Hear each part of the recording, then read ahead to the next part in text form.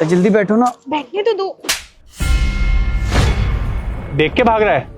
तुझे कब से आवाज लगा रहा हूं मैं वहां से, सुनाई नहीं दे रहा? भाई साहब ये क्या बदतमीजी है, आपने मेरे पति पे हाथ कैसे उठाया? अच्छा, ये बदतमीजी है। और ये जो मेरे पैसे लेके भाग रहा है वो बदतमीजी नहीं है? भाई मैंने वो आवाज ही नहीं सुनी थी।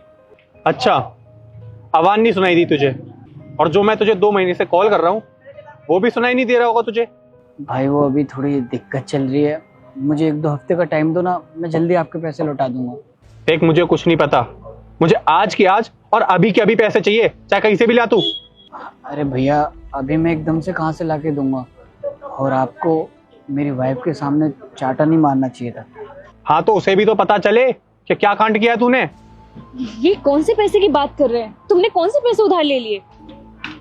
अरे मैं तुम्हें बताता हूँ भाई, मुझे प्लीज 1-2 हफ्ते का टाइम दे दो, मैं लौटा दूंगा सारे पैसे। देख, तू ऐसे नहीं मानेगा, तुझे बहुत टाइम दे लिया मैंने। एक काम कर, उतर यहाँ से। क्यों? अबे मैंने कहा ना उतर। अरे भाई साहब ये क्या कर रहे हो आप? अरे लेकिन भैया मैं बाइक से ऑफिस जाना होता है। मुझे नहीं पता कैसे जाएगा तू ऑफिस, जब पैसे वापस कर देना तब ले जाइए बाइक अपनी।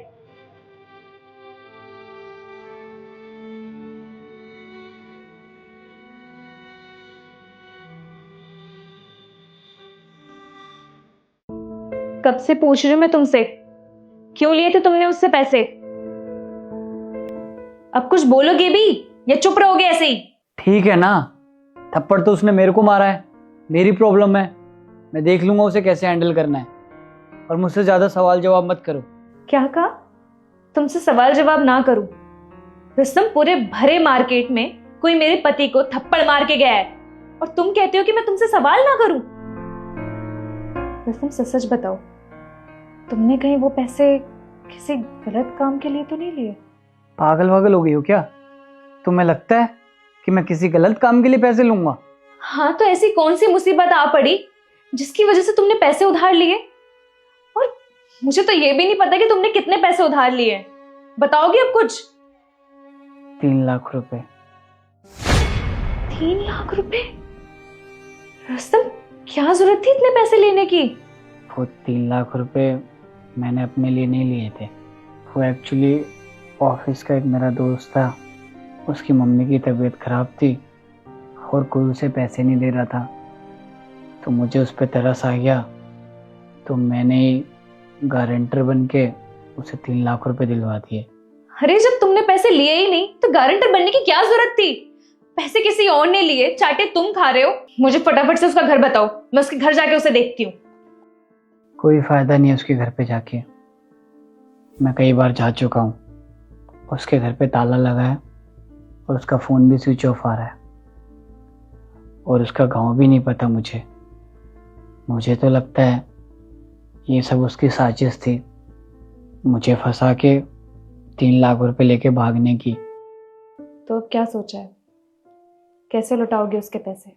सोचना क्या है, 2 महीनों से पैसे इंतज़ाम करने की कोशिश कर रहा हूँ, सारे रिश्तेदारों से मांग के देख लिया, किसी ने मदद नहीं की।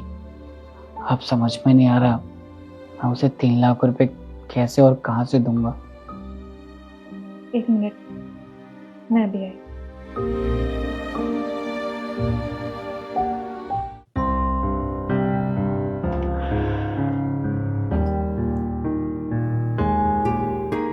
ये लो, ये सोने के कंगन है, इसे बेचकर तुम उसे उसके पैसे लौटा दो। लेकिन ये कंगन तो तुम्हारी माँ ने तुम्हें दिया था, और ये तुम्हारे लिए तो बहुत कीमती है। मेरे लिए मेरे पति से ज्यादा कीमती कुछ भी नहीं।